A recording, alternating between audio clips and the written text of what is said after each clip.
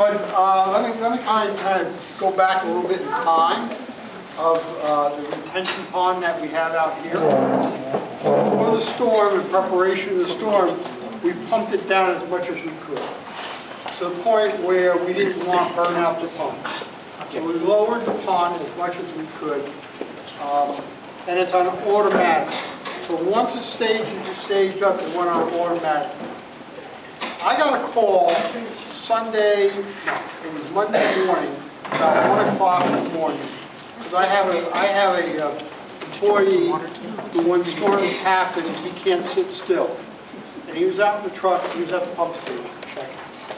And he said, Mark, he says, the rain intensity is so much, it's overwhelming the pumps. And I started to see flooding in the street, and I'm going to call EOC, and by EOC, we need to do something at fire rescue. Well, obviously, the pond flooded. I don't have to tell a story. You know what the story got into the houses. Fire rescue was out here very shortly and started moving people out. It took a number of days to get down to the point where, like last Thursday, it got to the point where it was back to normal. We were pumping 40,000 gallons a minute from this area, okay, into Shingle Creek. 40,000 gallons is a lot of water.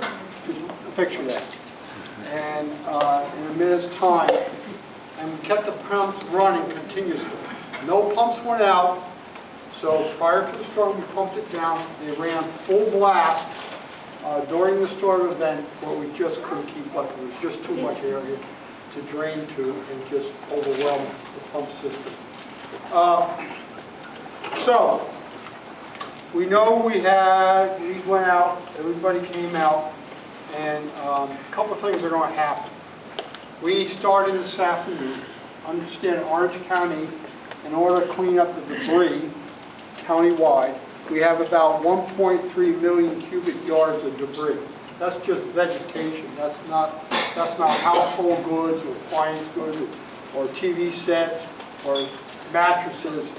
I know from my perspective, I'm in charge of basically start with the vegetation. We have 3 national contractors that we hired that is going to work in sections of 3 sections. Each one has their own section to remove the debris. This is not an overnight episode deal. It's going to take a good 8 weeks to complete the process.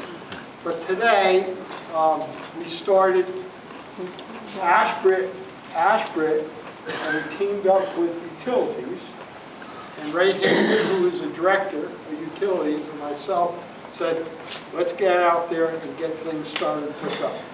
And so I called my contractor for this area, okay, and Ray got his crews out here, and we started the first push.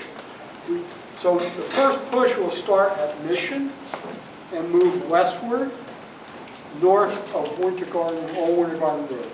So this area that we're in, that's the area that is going to be done first. We did have Ashbridge who came in. They're going to be back here in the morning to pick up additional work. They worked till 5:30. Those guys came in. I know those guys came into Ashbridge. The crews are slowly moving in because our debris teams are contracted and they have subcontractors, and they're bringing crews in from all over. But what's happened in the state of Florida, we have 67 counties competing against each other, okay? And we have Miami-Dade County, who has contractors. They just increased the prices.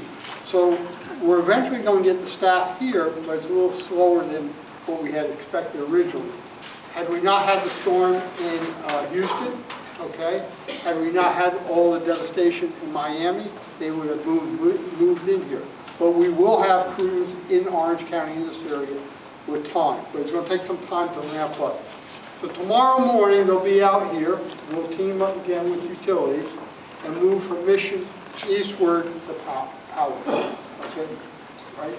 Across Kirkland, Powell. Hiawassee, actually Hiawassee. But it may take It may take a few weeks to get it out, but we're moving in the right direction. So I ask that you be patient.